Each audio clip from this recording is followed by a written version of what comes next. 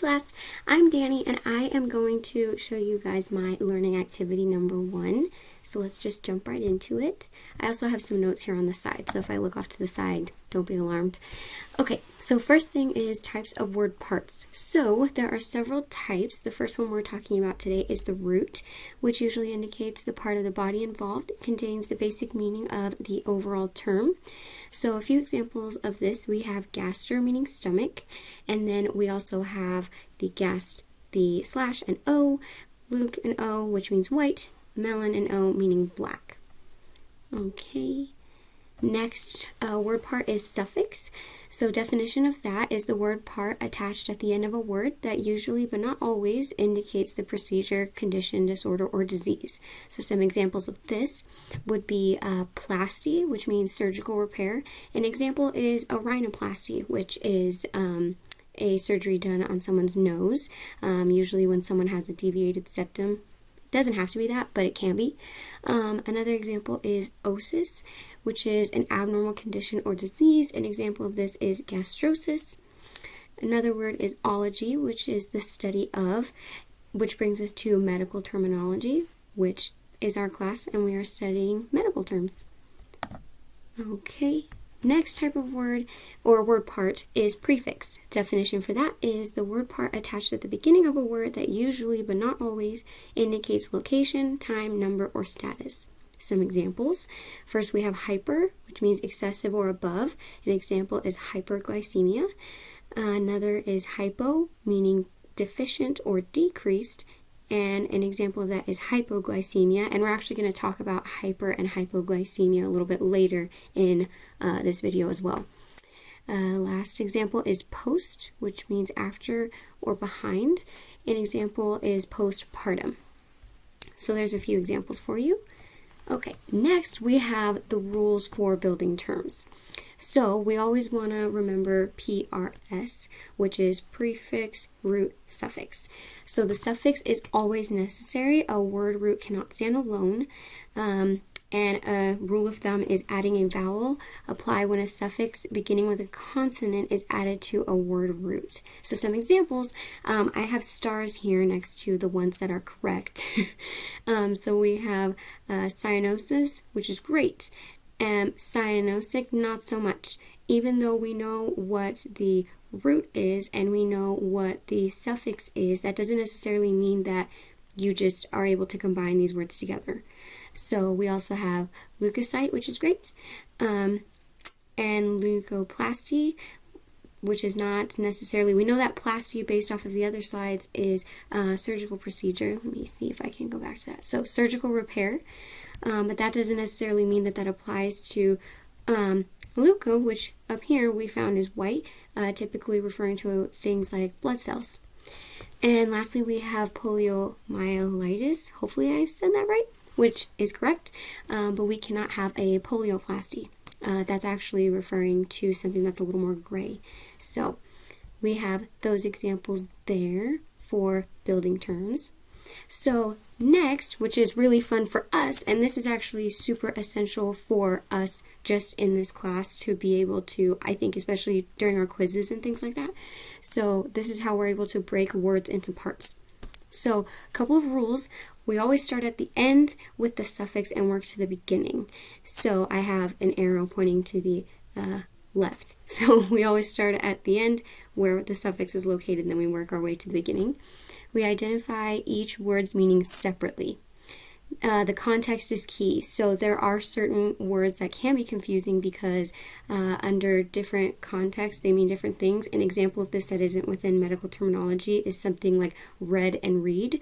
So depending on the context, you could say, oh, I just read that, or read the room, know what's going on in the room. So although they're the same and they're spelled the same, within the context, it changes its meaning. And that's similar to medical terminology as well. So another rule of thumb is we have our medical dictionaries.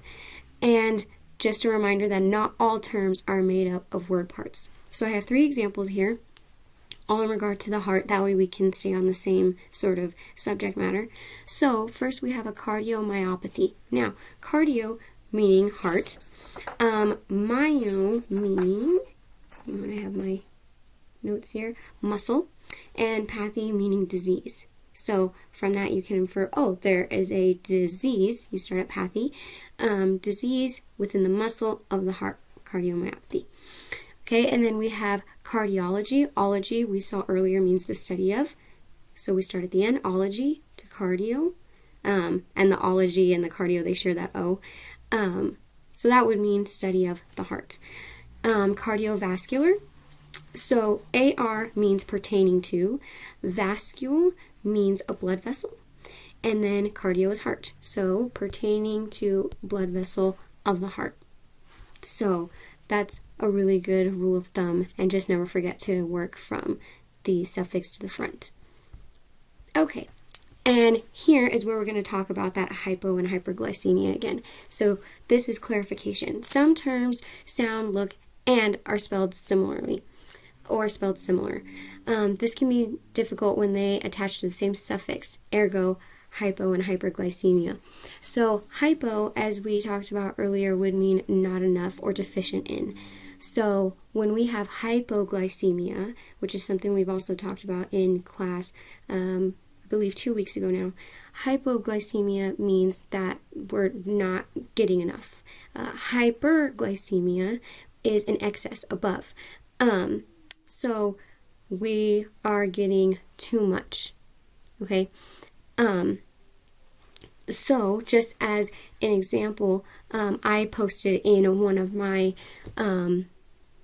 responses, one of our Monday responses, that I had always struggled with this because I knew that I had a type of glycemia, but I could never remember if it was hypo or hyper.